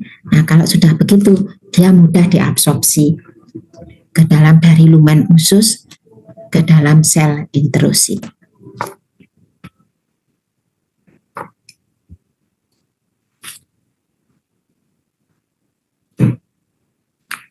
Nah, ini malah lebih sulit ya.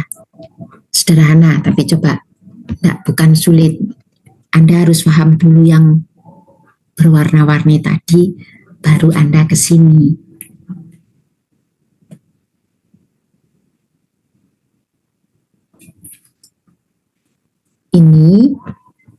Ini adalah sel. Maaf, ini adalah sel enterosit yang besar ini. Bagian sini adalah lumen, ini ada intestinal lumen. Kemudian yang ini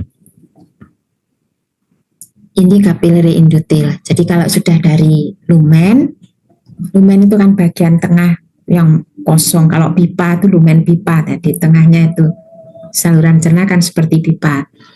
Nanti di sini ini sel enterositnya, kemudian di sini nanti dari sel enterosit bayangkan masuk ke dalam aliran darah vena.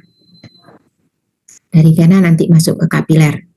Tapi dia harus masuk ke vena porta dulu. Ini selalu gambarnya selalu main terlalu cepat. Aslinya dia masuk ke vena porta dulu, ke hepar, dari hepar masuk vena cava inferior jantung baru masuk ke kapiler ini. Ini kapiler rumen. Oh ya, maaf saya salah. Mungkin yang dimaksud dengan kapiler ini kapiler itu kan ada dua, saudara. Kapiler itu pembuluh darah kecil itu ada dua. Satu venul dan satu arteriol. Jadi kapiler yang di sini yang dimaksud adalah venul. Vena yang paling kecil. Jadi vena di sini masuk venul, dari venula masuk ke vena mesenterica, dari vena mesenterica masuk ke vena porta. Jadi betul ya, cuma ini nanti diberi gambar. Nomor 43, kapilari ini aslinya venula. Kapilari endothelium. Oh, ini kok kapilari endothelium masalah. Oh ya, endothel kapilari endothelium dari venula itu tadi. Jadi dari sini B2 transkobalamin, B2 food protein, ini pepsin HCl. Pepsin HCl di mana? Di caster masuk. Nah di sini pepsinnya itu akan menguraikan protein yang mengikat B2 tadi menjadi peptida. Kemudian B2-nya bebas toh dari protein, maka dia mengikat intrinsic faktor tadi itu. Nah intrinsic faktor nanti masuk ke sini reseptornya kalau tadi itu ya reseptor dari intrinsic faktor gitu saja. Tapi kalau di sini yang namanya reseptor itu ternyata ada tiga komponen, yaitu kublin, megalin, dan RAP. Begitu masuk di sini, maka B12 itu akan ditangkap oleh lisosum, masuk dalam lisosum. Jadi ada sel sitoplasmanya akan membentuk sendiri wadah untuk B12. Nah, kemudian menggunakan transporter yang belum tentu tidak diketahui apa, ini masuk ke mitokondria. Dari mitokondria untuk apa? Ya sederhana saja, ya diaktifasi untuk dipergunakan semua reaksi-reaksi yang ada di mitokondria, karena reaksi-reaksi karbohidrat, lemak dan protein itu terjadinya di mitokondria, kecuali glikolisis terjadinya di sitosol. Nah, kemudian ada sebagian yang menjadi metil vitamin B12 ya. Kemudian di sini dia akan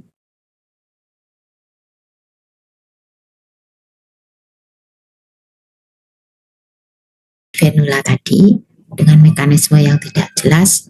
Nah, selanjutnya dia akan dibawa tadi yang saya katakan vena mesenterica, kemudian vena porta ke hepar. Nah, ada juga beberapa buku yang mengatakan bahwa vitamin B12 ini, tapi jarang ya, bisa masuk lewat di antara sini. Tapi itu tidak semua orang menyetujui. Sebagian besar dia masuknya melalui intrinsic faktor. Atau itu ada yang masuk ke sini, ilmu yang sudah terlalu lama. Saya zamannya saya dulu kelihatannya yang seperti itu untuk textbook yang baru sudah tidak pernah disebut-sebut lagi. Yang disebut ini B2 intrinsic factor. Jadi singkatnya apa kalau begitu? Slide ini mau menunjukkan ke saudara bahwa intrinsic factor itu reseptornya itu bukan juga sekedar reseptor intrinsic factor, tiga komponen di sana, yaitu kubilin, megalin, dan RAT. Selanjutnya, ini hanya untuk tahu saja. Kobalamin itu ada bentuk inaktif, ada yang bentuk aktif. Ini gambarnya yang lebih bagus ya. Biasanya yang dalam bentuk koenzim itu metilkobalamin dan adenosilkobalamin sudah jelas. Hidroksokobalamin itu ada di dalam tubuh kita. Kemudian yang sintetik cyanokobalamin ini adalah pembagiannya saja untuk mengingatkan Anda. 3 atau slide sebelumnya sudah diuraikan. Nah, kemudian ini lagi ada sinergi B9 dengan B12. Ini juga sudah ada tadi, yang ada THF tadi, tetrahidrofolat, vitamin B12, dan vitamin B6. Tapi ini khusus untuk vitamin B9 dan B12. Ini tadi ada folat cycle, jadi gambarnya putih, agak jelek gitu ya. Tapi yang di sini, ini gambarnya lebih bagus. Tapi ya Anda sarankan Anda pelajari yang dulu sana. Begitu sudah kelihatannya 60% sudah, ini baru Anda lebih mudah untuk lihat ini. Jadi ini tetrahidrofolat. Kalau di sini kan H4 folat. Seringkali Anda apa H4 folat. Tapi kalau sudah THF, Anda tahu ini tetrahidrofolat. Jadi untuk menuliskan tetrahidrofolat itu ada yang H folat atau THF. Nah, di sini siklus folatnya itu seperti ini. Nah, vitamin B12-nya itu metil vitamin B12 ini fungsinya di sini merubah homocysteine menjadi metionin. Jadi kalau vitamin B12-nya ini kurang, tidak ada, maka homocysteine itu tidak akan pernah berubah metionin. Dia akan selalu ada dalam bentuk homocysteine. Karena itu pemeriksaan homocysteine di dalam pembuluh darah itu dipergunakan untuk diagnosa adanya defisiensi dari vitamin B12. Kemudian yang di sebelah kanan sendiri, yang kuning ini sitoplasmanya, di sebelah kanan ini mitokondria. Di mitokondria fungsi vitamin B12 itu apa? Vitamin B12 itu adalah, Anda lihat di sini, metilmalonil CoA itu dirubah menjadi suksinil CoA melalui reaksi yang dikatalisis oleh metilmalonil CoA mutase, yang itunya adalah apa? Koenzimnya adalah adenosil kobalamin. Nah, jadi kobalamin ini penting untuk membentuk suksinil CoA. Suksinil CoA ini adalah salah satu senyawa dari siklus Krebs ya.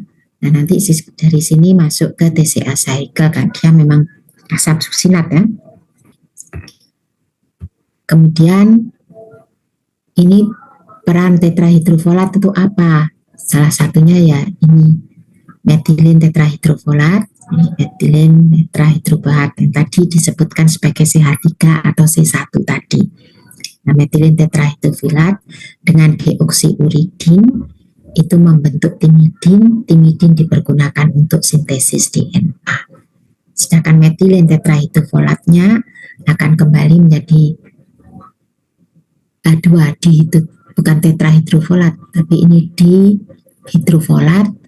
Nah, dihidrofolat ini bisa dirubah lagi menjadi tetrahidrofolat. Jadi fungsi dari vitamin B19 itu untuk pertama sebagai koenzim, tapi dia juga sebagai materi untuk untuk pembentukan timidin untuk sintesis DNA, dan dia bekerja sama dengan kobalamin dalam proses itu. Sebab ini metil tetrahidrofolat ini tidak akan bisa kembali menjadi hidrofolat tanpa homocysteine. Jadi kalau vitamin B12-nya itu berkurang, maka reaksi metil tetrahidrofolat untuk kembali menjadi tetrahidrofolat itu tidak mungkin terjadi atau sulit terjadi, ya. Kalau sudah demikian, maka gangguan pada DNA sintesis. Sudah? Pelajari baik-baik ya. Anda merasa enggak dari satu slide ini bisa berapa soal yang timbul? Ya, Anda usah takut kalau Anda paham. Kalau Anda paham alurnya, soalnya ke arah manapun Anda bisa menebak, oh ini. Karena itu saya suka sekali memberikan gambar ke Anda dan saya menjelaskan. Lebih lama kalau membaca. Nah, kemudian defisiensi. Nah, sekarang vegetarian, risiko defisiensi kobalamin meningkat. Mengapa? Nah, saya menjawab sendiri. Karena harus belajar. Kemudian vitamin C. Ini strukturnya seperti ini. Kemudian sintesisnya adalah fungsinya adalah 6 ini. Dibaca sendiri ya. Kemudian vitamin C ascorbic acid sebagai ascorbat. Bagaimana fungsinya dia? Sebagai antioksidan. Antioksidan artinya dia bisa menetralkan radikal bebas. Jadi di sini vitamin C, ini ada kotak merah itu OH. Nah, di sini ada oksidan, superoksida dan H2O2. OH, hidroksil radikal hidroksil ini, sedangkan ini superoksida. Nah, nanti vitamin C ini akan bereaksi dengan oksidan ini. Nah, Anda lihat vitamin C ini itu gugus OH-nya itu akan berubah menjadi keton. Hidrogennya kemana? Hidrogennya akan diberikan ke oksidan ini menjadi H2O2. Ini menjadi hidrogen peroksida. Hidrogen peroksida kalau dibiarkan saja dia akan merusak sel. Tapi tubuh kita itu punya katalase. Nah, katalase ini akan merubah hidrogen peroksida menjadi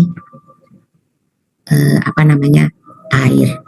Ya, jadi vitamin C dalam bekerjanya tidak bisa bekerja sendiri. Dia harus ada antioksidan endogen. Kalau dia tidak ada antioksidan endogen, hasilnya apa? Jadi kalau ininya tidak ada, apa yang dihasilkan? Pemberian asam askorbat dalam jumlah besar justru akan menghasilkan hidrogen peroksida yang sangat tinggi. Jadi hati-hati saudara dengan penggunaan vitamin C injeksi. Kalau dosisnya berlebihan, maka yang terjadi adalah bukan awet muda, tapi malah sel-selnya rusak. Jadi Anda membuat pasienmu itu justru mengalami aging pada usia yang muda. Karena ini tadi, hati-hati dengan apakah dia katalasenya itu sudah cukup. Hal ini dialami jika pasienmu itu seorang perokok. Jadi katalase yang endogen ini kan endogen, ini dia sudah habis untuk mengatasi radikal bebas yang dari makanan, dari kebiasaan hidup, dari makanan, dari merokok, alkohol, ini sudah sedikit. Nah, kalau ini ditambah dengan pemberian asam askorbat dosis tinggi, bukannya menghilangkan antioksidan, nah antioksidannya dia malah menumpuk menjadi menghasilkan H2O2 ini. Karena H2O2 ini baru bisa menjadi H2O, jadi ternetralkan kalau katalasenya itu masih ada. Padahal pasien Anda katalasenya sudah minimal karena kebiasaan hidup yang tidak pas, ya. Berikutnya Ya, ini tadi ceritanya sama seperti tadi. Jadi Anda ada vitamin C, kemudian vitamin C-nya itu tadi, askorbatnya tadi memberikan elektronnya. Jadi kalau tadi kan jadi H2O2. Kalau sekarang elektronnya itu tadi, misalnya di sana tidak ada apa namanya,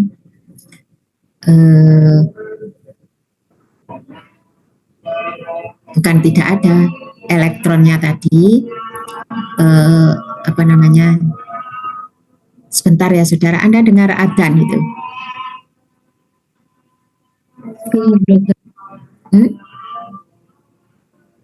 Dengar.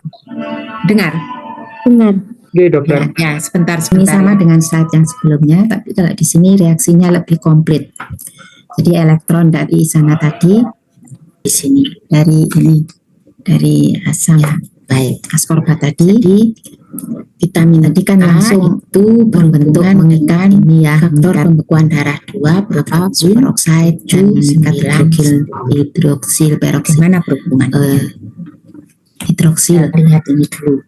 Radikal ini vitamin K. Sebetulnya reaksinya tidak sesederhana itu. Kalau elektron dari dengan enzim reduktase, dia akan direduksi askorbat menjadi vitamin K, akan diterima oleh H2 besi. Nah, besi ini besi dari mana? Vitamin K dari reduksi itu akan kelebihan elektron. Ya, paling banyak eritrosit itu kan di dalam tubuh kita itu kan ada reaksi dengan terus ada asam glutamat, yang itu membawa asam amino transferin ya, membawa Fe dari luar. Yang merah ini elektron ini itu adalah faktor pembekuan 2, 7, 9, 10. Nanti faktor pembekuan itu adalah jenis protein. Kalau dia protein, jadi Fe12 karena dia sudah monomernya adalah asam amino. Nanti Fe2+ itu oleh oksigen bebas. Nah, faktor ada memang oksigen 10 itu adalah diterima adalah protein yang di situ banyak sekali mengandung asam amino glutamat atau glutamik acid oleh eritrosit. Ada sebagian yang terbebas vitamin KH2 plasma, tapi vitamin K yang tereduksi akan ditangkap oleh oksigen ini menjadi targetnya adalah asam amino glutamat yang nanti radikal superoksida ini protein dari 2, 7, 9, 10 H2O2. Nah, H2O2 ini targetnya apa? Kan jadi H2O oleh katase. Nah, vitamin katalasenya kalau K2 yang tidak cukup ya, seperti yang saya ceritakan tadi. Dengan jadi ini lebih asam amino glutamat yang ada di dalam protein yang mengusung protein dari siklus vitamin vitamin C dan siklus tiol. Di sini saudara vitamin E akan membuat, jadi ini kerjasama antara vitamin E, vitamin C dan siklus tiol. Jadi glutamat asam amino dalam fungsi sebagai gugus karboksilnya. Gugus karboksil itu ada gugus C, sini vitamin E, vitamin posisi gamma banyak terdapat di nanti yang vitamin E reaksi penambahan gugus karboksil karena dia memang asam E yang larut glutamat dari protein larut dalam lemak, jadi dia banyak tersimpan faktor pembekuan 2, 7, 9, 10. Kalau ada ozon atau enzimnya ini sinar matahari, vitamin karboksil, maka sel-sel yang ada di dalam K yang terutama sel kulit itu membrannya bagaimana nasib vitamin K yang tereduksi, bahkan K yang fosfolit itu tadi nanti akan menjadi vitamin K yang apa namanya, vitamin K oksida. Sinar matahari ultraviolet itu bisa menyebabkan mengalami radikal enzim reduktase akan menjadi vitamin UVA lagi. Atau lalu bagaimana nasib yang pembekuan darah tadi yang tidak sudah diberi itu mudah melepaskan gugus karboksil hidrogennya sehingga dia menjadi saat ini asam lemaknya pada saat radikal komponen peroksil tadi radikal peroksil ini sebenarnya cukup berbahaya untuk sel. Faktor pembekuan darah 2, 7, ya kalau radikal peroksil itu masih di sel, tapi kalau ultraviolet itu menyebabkan sekian ribu. Bagaimana pentingnya radikal peroksil di dalam berbagai macam proses sel itu akan merusak sel secara 2, 7, 9, sehingga organ di mana sel bagaimana proses mengaktifkannya jadi tidak berfungsi dengan memberikan. Nah, untuk itu dengan apa namanya radikal peroksil ini akan dinetralkan oleh vitamin gamma glutamin karena radikal peroksil ini posisinya akan memfasilitasi reaksi untuk di karboksilase dari asam amino. Nah, nanti kalau vitamin E ini memberikan elektronnya ke radikal peroksil ini, karena radikal peroksilnya sembuh, ini elektronnya sama seperti yang tadi, ada gang lagi dia pulih lagi. Tapi masalahnya reaksi vitamin E atau tocopherolnya menjadi reaksi dari kalau siklus vitamin E menjadi radikal, vitamin K tadi kan sulit buat dia. Setelah dia berhasil dengan vitamin C, memberikan vitamin C adalah vitamin yang larut dalam air, ya. Nah, vitamin C nanti memberikan elektronnya pada vitamin ini yang akan kembali lagi menjadi vitamin K. Maka vitamin E yang kembali menjadi elektron dan bentuk radikal tadi akan proses lagi menjadi atau aktivasi dari E yang normal. Masalahnya adalah faktor askorbat tadi akan menjadi radikal. Ini askorbat yang adalah senyawa yang salah digunakan untuk kita mempunyai apa disebut diol cycle. Diol cycle itu adalah glutathione. Pada sini glutathione GSH, siklus glutathione GSH yang katanya ya glutathione ini dia akan memberikan elektronnya pada vitamin C yang kekurangan kembalinya vitamin C radikal. Vitamin C-nya pulih menjadi vitamin C lagi digunakan, tapi glutathione-nya berarti dia akan terjadi GSA tadi akan mencegah terjadinya pembekuan. Dia akan menjadi glutathione disulfida darah. Nah, nanti sini glutathione disulfida ini kalsium ini glutathione yang untuk pembukaan darah. Untuk maaf ya, metabolisme yang kalsium karena kalsium juga merupakan yang normal yang memberikan elektronnya pada komponen askorbat. Asam askorbatnya sembuh, dia sendiri menyebabkan terjadinya kekurangan di sana. Ada proses yang perlu kalsium di sini GSSH kalsium. Sekarang meningkatkan GSSH glutathione yang kekurangan elektron dari kalsium. Bagaimana supaya dia kembali sembuh elektronnya untuk kembali supaya meningkatkan produksi osteokalsium NADPH. Dari mana ini kemudian NADPH dihasilkan oleh apa? Siklus HMP-san atau pentose fosfatsan. Glikolisis kemudian kalsiumnya di sini ini oleh vitamin D3. Nah, jadi absorpsinya oleh vitamin D3 itu kan di sini osteokalsiumnya plus yang menghasilkan NADPH di atas. Tapi kemudian ada vitamin pembentukan NADPH-nya itu yang osteokalsium dipergunakan. Nah, kalau osteokalsium fungsi ya sudah ya. CA masih banyak saudara yang ada di dalam. Terus fungsi vitamin C yang lain akan mudah sekali itu adalah dalam proses pembentukan pembekuan darah epinefrin dari asam amino glycerin, vitamin K. Dimana vitamin K? Silahkan vitamin C-nya ada di sini. Kotak merah saudara. Selamat reaksi ini masih panjang ya. Assalamualaikum warahmatullahi wabarakatuh. Vitamin C berkurang. Waalaikumsalam warahmatullahi wabarakatuh. Hati-hati. Dari pasien ini kasih ya. Selalu epinefrinnya turun adalah hormon yang menyebabkan ya aktivasi, jadinya ya keluhannya itu tadi lemah, tidak bersemangat dan sebagainya. Kemudian defisiensi vitamin E, vitamin C ini sesuai dengan fungsinya tadi, kelemahan otot, fungsi membengkak, gigi goyah ini kan fungsi kemampuan kolagen ya, mukosa mendapat mudah jejas, sedangkan yang lemah dan sebagainya itu berhubungan dengan metabolismenya tadi. Sekarang vitamin A itu ada 4, retinol, retinoic acid, beta karotin. Yang beta karotin ini dari apa? Dari tumbuh-tumbuhan. 1 beta karotin itu bisa menghasilkan 2 molekul vitamin A karena ini 2. Ini kalau dipotong di tengahnya itu akan menjadi 2 molekul vitamin A. Jadi sumber vitamin A dari tumbuh-tumbuhan itu jauh lebih efisien dibandingkan sumber vitamin A dari nabati. Fungsinya retinol dan retinoic acid memicu pembentukan gonadosteroid. Retinal merupakan komponen rodopsin untuk penglihatan, sedangkan retinoic acid berperan pada sintesis glikoprotein. Unsur utama melihat ini 11 cis-retinal, opsin. Opsin itu adalah rodopsin, skotopsin, dan lain-lain. Rod dan cone cell, tempat di mana reaksi-reaksi itu diperlukan. Nah, ini. Jadi di sini all trans retinol, ini kapiler, masuk ke retinal pigment epithelium (RPE). Di sini all trans retinol tadi, ini selnya ya, retinal pigment methylene ini ada di mata.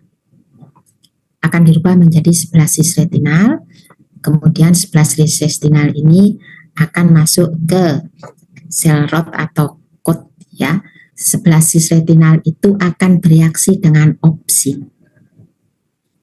Dia akan menghasilkan rhodopsin. Kalau rhodopsin itu melihat sinar, maka rhodopsin ini kan akan berubah. Dia sebetulnya akan berubah lagi menjadi opsin. Nah, pada saat berubah itu, pada saat itulah reaksi berubahnya itu akan ditangkap oleh saraf-saraf mata sebagai melihat. Jadi yang penting di sini adalah cis retinal, vitamin, opsin sudah ada di dalam mata, membentuk rhodopsin. Nah, pada saat rhodopsin itu ada cahaya, ya sudah, dia berubah bentuk. Pada saat itulah kita melihat. Berubah bentuk untuk apa? Untuk kembali lagi menjadi opsin sebetulnya. Dan ini selama kita melihat cahaya matahari, proses cis retinal mengikat opsin, membentuk rhodopsin, kemudian kembali menjadi opsin ini terus menerus. Nah, ini baru berhenti kalau cahayanya tidak ada.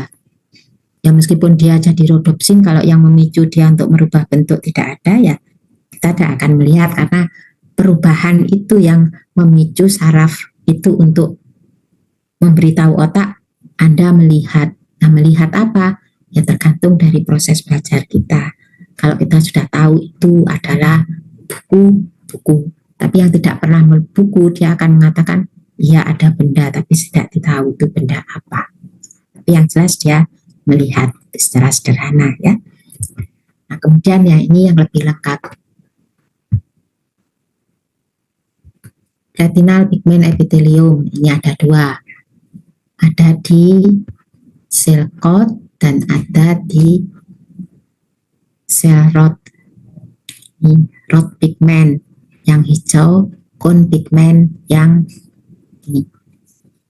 Semuanya sama itu untuk menunjukkan bahwa di situ ada proses pembentukan cis retinal. Nah, nanti cis retinalnya akan bereaksi dengan opsin yang untuk membentuk rhodopsin tadi. Ya, di sini tidak ada rhodopsin karena memang dia mau menceritakan tentang bagaimana cis retinal itu dibentuk.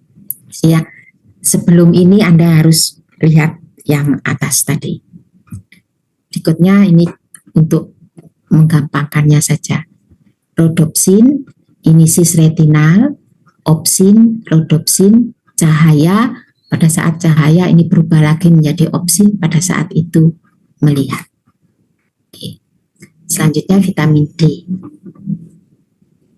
Vitamin D dalam bentuk aktif. Banyak seperti vitamin C ya. Banyak UH-nya di sini. Berikutnya vitamin D2 itu ergokalsiferol. Kemudian ini dari diet. D2 ergokalsiferol dari diet. Vitamin D3 kolekalsiferol itu dari kulit. Bedanya apa ini?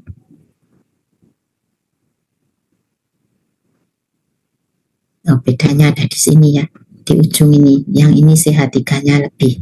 Di sini ada CH3, di sini tidak ada.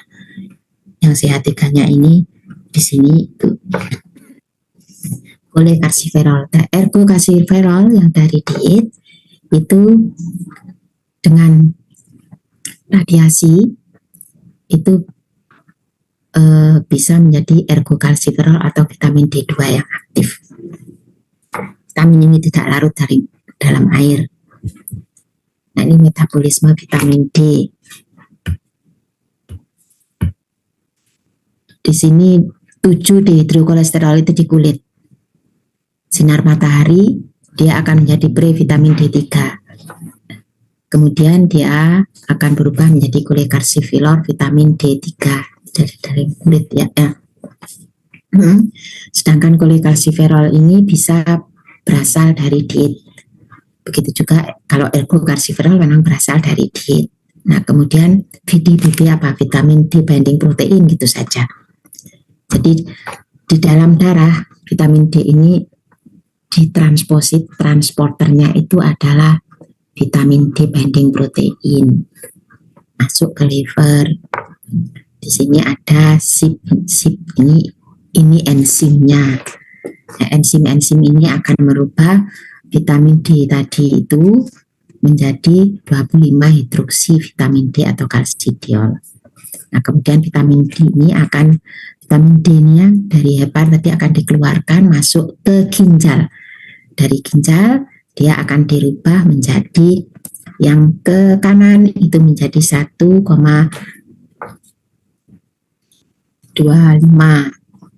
Biasanya 1,25 dapat tidak disebutkan vitamin D.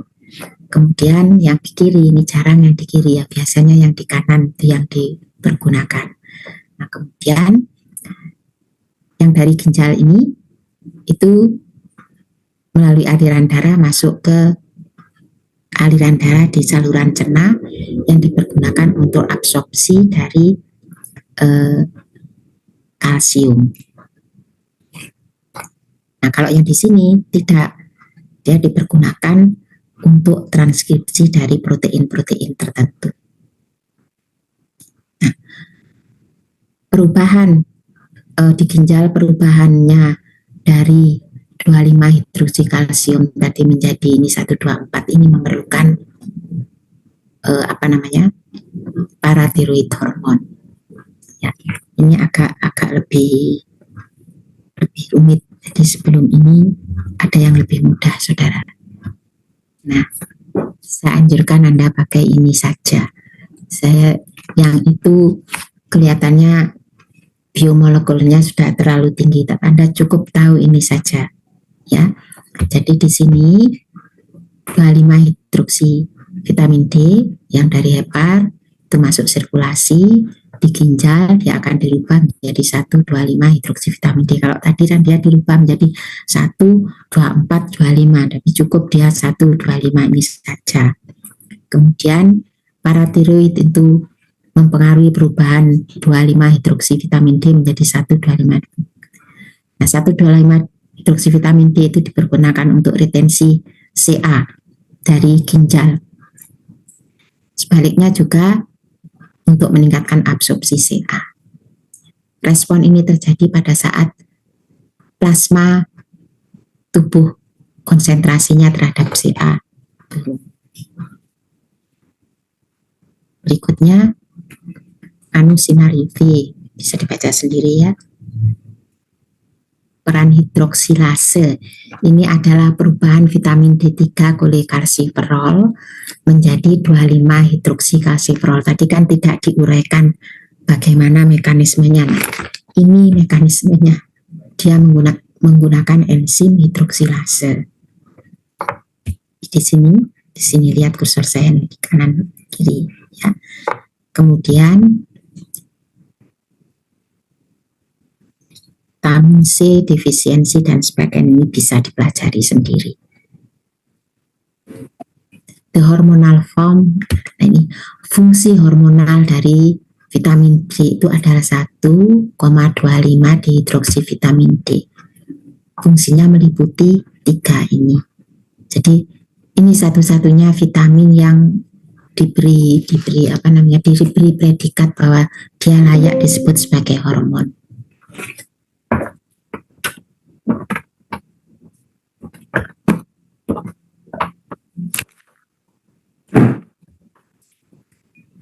Ini ya, sabar ya saudara, sudah jam 3 memang. Nah, fungsi metabolik dari vitamin E itu adalah, tadi sudah kan, melindungi sel membran dari radikal bebas. Mekanismenya sudah dijelaskan pada saat terjadi kerjasama antara vitamin E, vitamin C, kemudian siklostiol, dan NADPH. Itu saja. Ini untuk mengingatkan Anda bahwa radikal bebas itu banyak terjadi di sini, dan vitamin E itu bersifat sebagai antioksidan dari membran sel. Antioksidan properti, ya ini kalau Anda belajar yang di atas, Anda bisa membaca ini dengan baik. Ini ada polyunsaturated fatty acid atau PUFA dari membran sel. Kalau ini terkena radikal bebas yang lain atau sinar matahari, maka dia menjadi radikal. Kalau dia jadi radikal, maka sifat radikalnya bisa diatasi oleh sifat antioksidan dari vitamin E dan sebagainya. Nah, ini diulangi lagi yang tadi, saudara, ya. Vitamin E, vitamin C, thiol, dan NADPH. Sekarang vitamin K, baca sendiri ya. Kemudian fungsi fisiologis, yang utama untuk pembekuan darah.